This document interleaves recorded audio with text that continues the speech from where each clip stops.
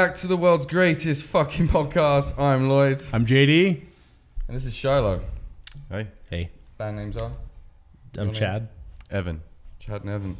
Play bass I'm and I sing. I play guitar. Oh, they actually told us what they do. Yeah. That's Usually you nice. have to force that out of So you people. play bass and sing? Yes. Okay, that's really fun. Yeah, we're like a three-piece, so got to cover all the angles there. Three guys.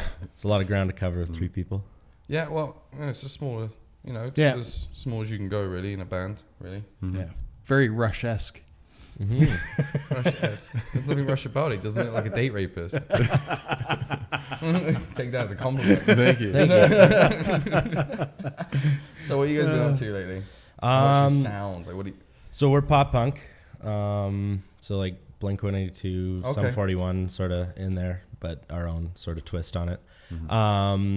We just got a new drummer. We're recording with Scott from The Path Less Traveled. We're trying to do an EP right now. We played a really successful show at Blind Beggar at the beginning of July. Like 93 people showed up and made Sweet. just like That's turnout.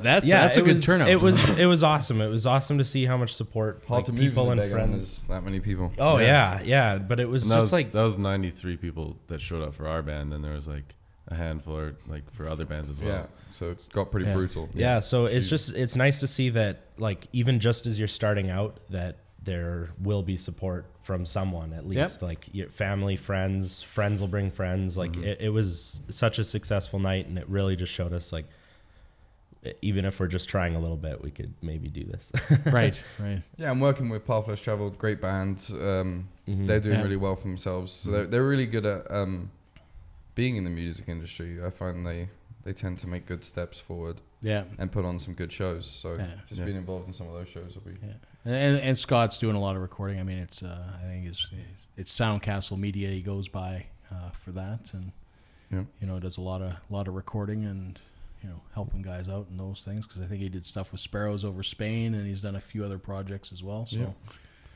So good for you. And so you guys are called Shiloh. We talked on the last podcast actually about why they were called Shiloh, weren't we? Because I asked Scott, I think. I don't know if that was off camera or on camera. that was off camera. So why are you guys called Shiloh? It's like my favorite park in the whole world. It's in Coquitlam. Okay, BC. why is this your favorite park? I just like spent all my summers in Coquitlam and like the Vancouver area, and that was just like where I met some of my best friends from my childhood. There is a park called Shiloh in BC, being that that's the hippiest name ever. You know what I mean? Like, oh yeah, yeah. Very fitting. Yeah. So I don't know. So you were just getting up to no good in Shiloh's park. Don't lie. Pretty much. Yeah. Sounds like an acid fest or something. In Shiloh Park. Let's go to Shiloh Park. I'm going to Shiloh Park. Yeah. That's my next destination because I love Vancouver. I love it out there. Yeah, it's great. It's a wicked part of Canada. Home away It's from my home. favorite part of Canada. Yeah. Other than the fact that it's super expensive to live there. If I could, I'd live there. I hate Calgary. Everyone says that. I say that to everyone. If I could, I'd live there too. More than half If my I could family. move back, I would. It's There'd be so many people living there. it's a high price entry to get to Vancouver. Yeah. And it's kind of once you move out, it's hard to go back because re-entering is that high price, right? Yeah. And you sort of get established and you start doing what you're doing and sort of uprooting yourself and going back there. I mean, once you're there, you're there. Right. So if you don't leave, you're kind of golden. So in a did lot you of guys ways. just live there? Did you guys both live there? No, like Born here. 80% of my family lives out there, so I've spent like almost every single summer out there since I was like 9 years old or 8 years old or something. So how long have you two been in a band together in Calgary? Since like high school, like 2010 sort of, but we've been on and off and switching up. Like I used to drum. Oh, okay. And we had a guitar player, and we played in a high school band, and then we stopped for a long time until we got a drummer who was willing to just jam with us, basically. Yeah. And then we just had fun with that. So you can pretty much play like every instrument?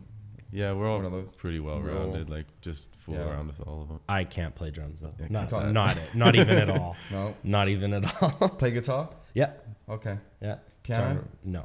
I can just play guitar, bass, and trombone and sing, and What's that's wrong with it. piano, guys? I want to learn You piano. love piano? Yeah, I can't really play though. I took like a year when I was Yeah, a I took kid. like a minuscule amount of lessons when I was younger. I got mediocrely okay. Smooth Criminal. whip that bad boy Mission out. Impossible. Yeah, pretty badass song to learn on keyboard. Yeah. And then quit. Yeah. Quit a legend. That's how I see it. Quit a legend. Played Smooth Criminal. Just ended the career there. Play a little Titanic as well. I'll pull the keyboard out and you can. Fuck, we should. You have a keyboard? I do. Damn it. I'm going to borrow that son of a bitch.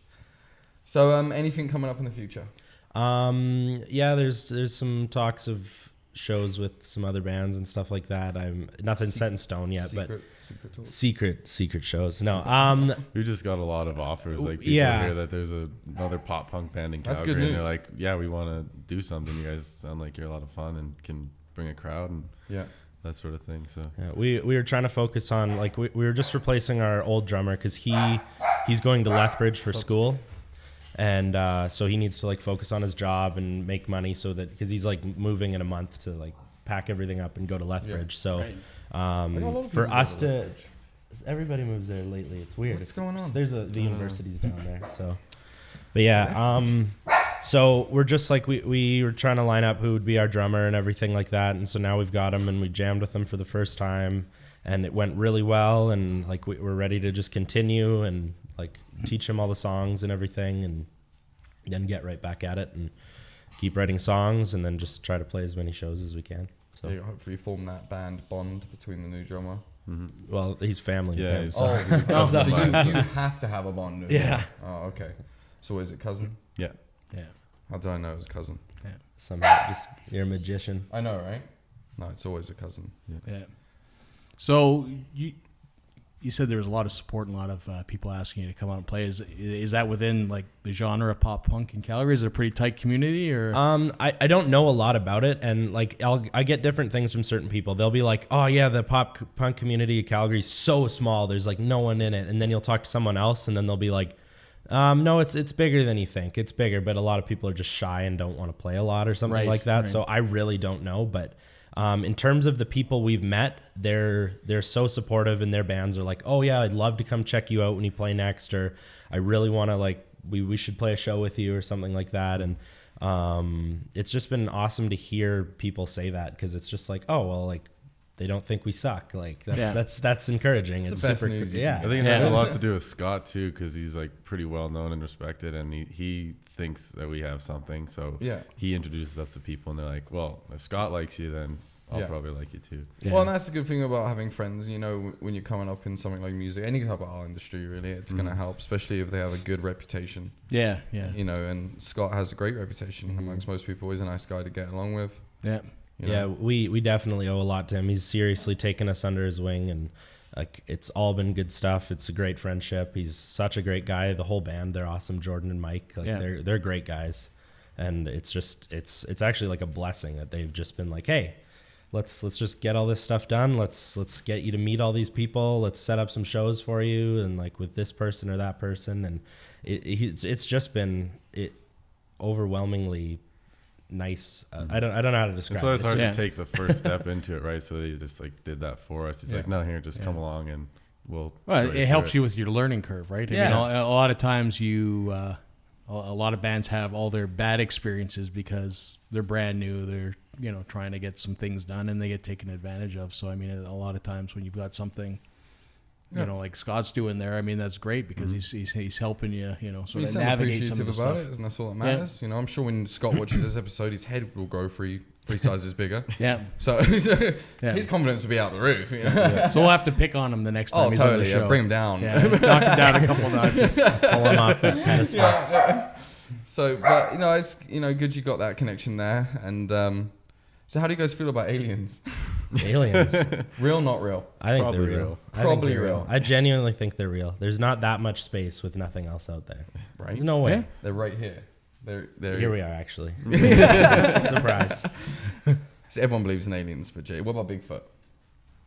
I'm a big Tom DeLonge fan from Blink-182, so I like to pretend that I like all that same stuff a lot. So you've read his manuscripts? I've read lots and lots of his stuff.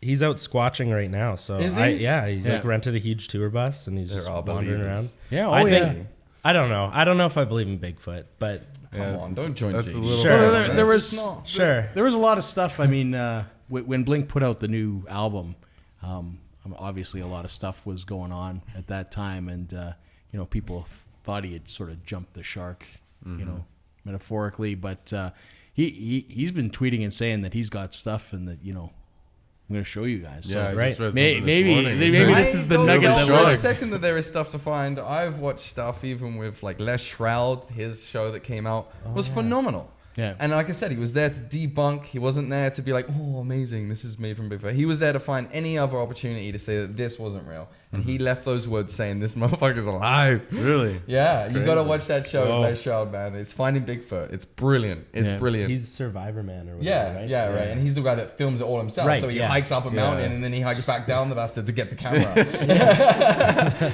So he's brilliant. And, he tells you from the beginning that he goes in to say, I want to debunk this. I want to make sure that I'm looking at every, angle, that I'm not just, goggled by, I'm looking for Bigfoot. Crazy. And he came out. And in certain times of the show, he was petrified of where he was camping. So it was great. It was a brilliant show to watch. It's only a couple episodes long, but brilliant. He's real, bro. Yeah. We'll see. It's good to know that there's those kind of documentaries, because most of them are just so cheesy. It's like, I know, right?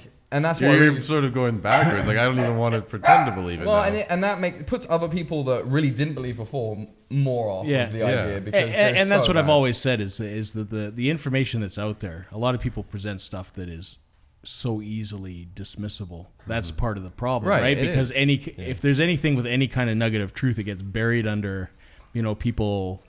Pulling off things, wearing monkey suits, running through and videotaping. Look, I found Sasquatch, trying to get Go that. fuck yourself. I'm just saying. I mean, even the historical Patterson footage, right? There's guys that have. Let's just move on from that. But it's plugged up with crap, and then the real shows go unnoticed. But you should watch that one. It does give you a different outlook on it, and he talks to some. Well, we'll go on the hunt soon enough if we can. If we don't miss it because you're, catching Pokemon or something like that. I don't know what you're talking about, dude. I have no idea what you're talking about. What? What's a Pokemon? Pokemon? This is denial right here in a mass. Like Pokemon Red. I played that when I was younger, I believe. Oh, okay. I never heard of this Pokemon. I don't know what you're talking about. You guys play Pokemon Go? No. A lot. A lot. Are you lying? No, I'm not lying. Oh, he doesn't play now. Why not? What was your reasonings? No draw for me. I never really played it when I was a kid. I wasn't allowed. Never like. Weren't allowed to play Pokemon. I wasn't allowed to play Pokemon. Why not? His dad said it was gay animals fighting. Yeah. Oh God, that's hilarious. So I was never allowed to play. I didn't grow up with it, and then I don't know. They'll go on like little bike trips around the block and stuff. And but you're straight, right? I'll follow them. Yeah. Yeah, so you're fine, right? Pokemon didn't exactly. It didn't infiltrate your life. See, Jordy plays Pokemon, and I'm pretty sure he's gay. I'm just I think your dad was on something there. No, I'm just That's too funny. That's a wicked reason to not let your child play Pokemon. It's gay. That's awesome. Oh God. What are you doing to me? I don't know. She's just kind of patrolling the day and barking. I don't know what the deal is today. Not into it. But you're just loving it? I love it. What level are you? 16 or 17. Holy fuck, he does love it. I've been playing it for exactly a week, though, too. I biked 23 kilometers last Saturday playing the stupid thing. It's fun. It's a lot of fun. How many eggs did you hatch? Lots. More than I need a bike. So are you rolling in a crew, or are you just are you solo? I've been playing with Rory from 6 till 8, just biking around playing with him. It's like, and then I'm yellow, team yellow, all the way. Instinct. Zapdos is like my favorite Pokemon. Yeah. So. What are you doing with your life, man? I don't know, man. That's why I play pop punk. We suck. I'll just leave. I'm just joking. Yeah, well, it's taking a hit. It's all over the place right now. Yeah. And I hate the conspiracy theories behind it. The Illuminati. No, fuck the Illuminati. I'm a big believer that these sorts of apps are used to watch, to control, to hide certain things that are going on in the world, to just kind of take. And I do believe in all those things, but fuck, it's a good game. Yeah. And they did well. And like for anyone who was born, around my period and grew up with Pokemon, they've said there's so many 20-year-olds playing it rather than kids because it's like their dream. When they were kids, there wasn't anything like that around. You played with the cards. That was bunk. We all know that. You had the cards in your pocket. They got ripped and teared, and that was pretty much the extent of the card play. But to be able to walk around and catch mythical... the VR aspect of it, that you actually see them in the environment, it must pull you in a little bit. And make it a little bit, and the competitiveness behind it. If you have friends that are playing it and he just went and caught this, and you're like, I've got to go.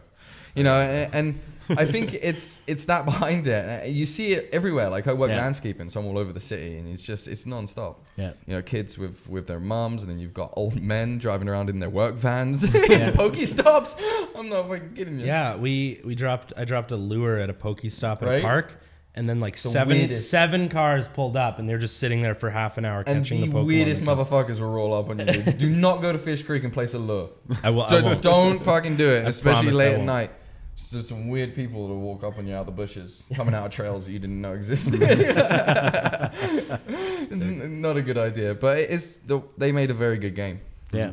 But fucking conspiracy. If they wanted to track you anyway, they can just do it. They can. That was my argument. Conversation, but it just makes it easier. I guess. Do you know what I'm saying? Yeah. Before they had to work for it. Now you're just letting them in. Now you're fucking right there. Okay, whatever. And that's my argument is we're making it easier for them. But when they're making such good goddamn games like that, it's just, But I mean, the game shows itself, and the fact that you can place lures and that it will draw people in just shows you exactly how powerful that device is. Because, I mean, you're one individual throwing a lure and you're tracking 7 cars. Yeah. And we had discussed earlier in the week that McDonald's is actually the first organization to sign on with Pokemon Go to have something... Don't eat McDonald's, it's bad for you. So, I mean, that's where the marketing is. I mean, if you could throw a lure and attract people, if you put a Pokestop in a McDonald's, or if you put a gym in a McDonald's, what's going to happen? You're going to have people there all the time, right? So, as a side effect, I'm thirsty, I'm going to buy a drink. I'm hungry, I'm going to buy a hamburger.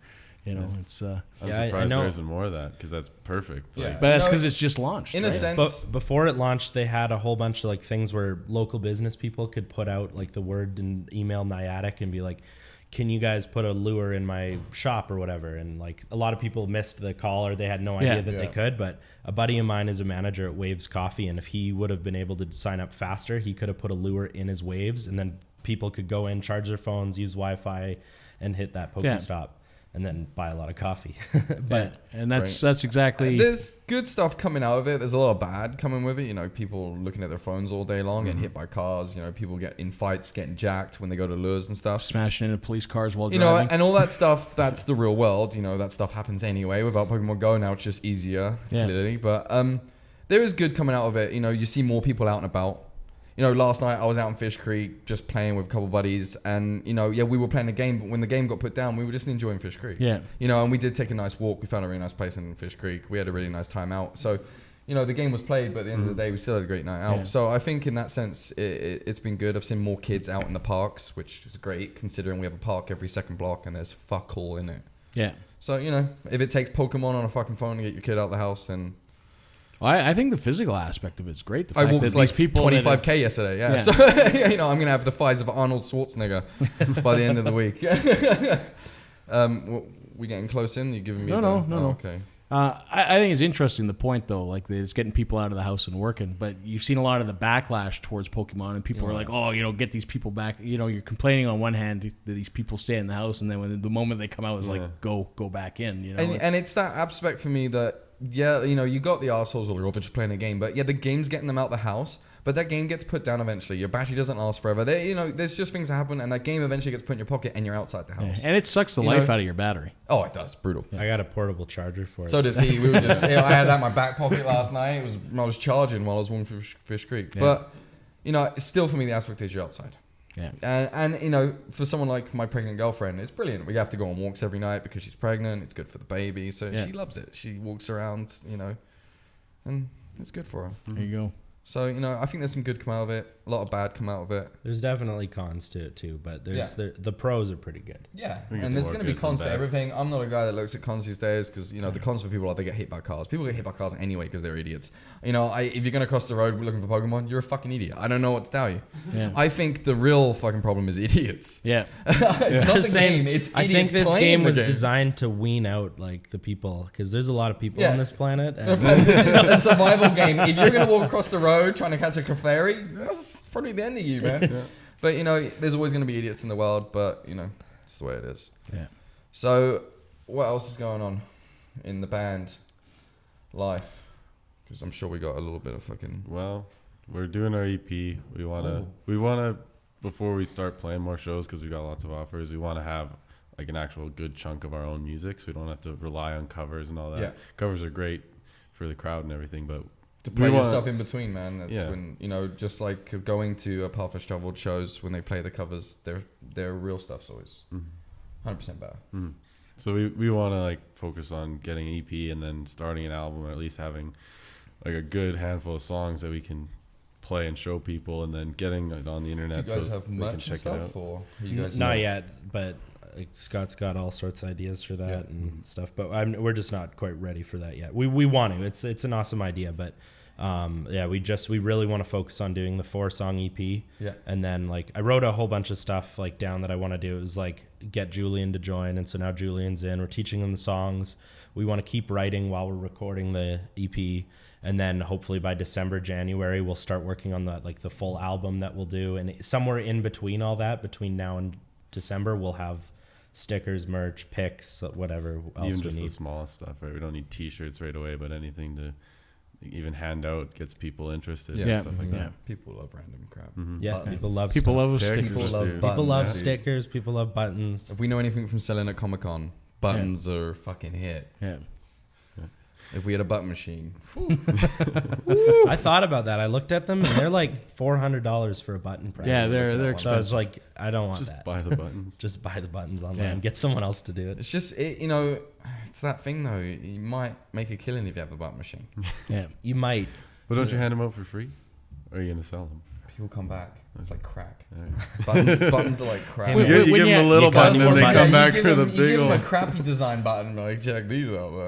When you have the capacity to make it too, you can always change them, right? It's not just one that like, oh, I saw that exactly button. And people like to collect. Yeah. People are weird like that. Yeah. I've seen people with like 800 buttons on their bag, so. Yeah, I don't put that many on. I love buttons. I like just realized this the other day. I was like, what button am I going to put on my vest today? And I was like, am I really having this conversation? Lace them out. Oh, nice man. Rows. Give them a little polish. Time to accessorize. I'm all about that. This is a black button day.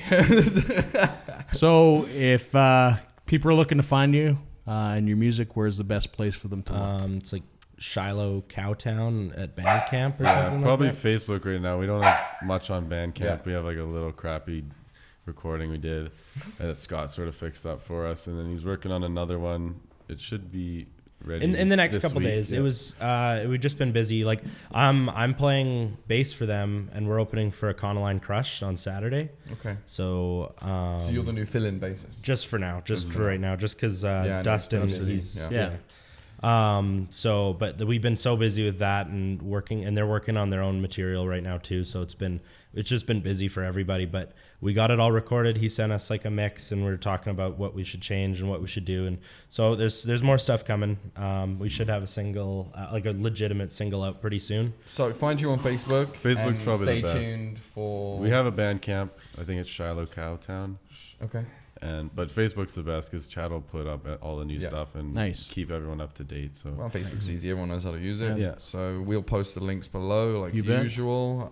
You can find our stuff on the links below, like usual. Check out the T-shirt I'm rocking today. Yeah. There's only one. There's only one in existence. No button. Hand painted. No button. No buttons. Where's the button? I don't have buttons. We have stickers. I'm a sticker guy. Yeah, I like have a stickers book full of too. stickers, so I'm a graffiti artist. So if you got a fucked sticker, I'm your man. I'm Lloyd. I'm JD. And we're Shiloh. Sweet guys. Peace. See ya. Oh.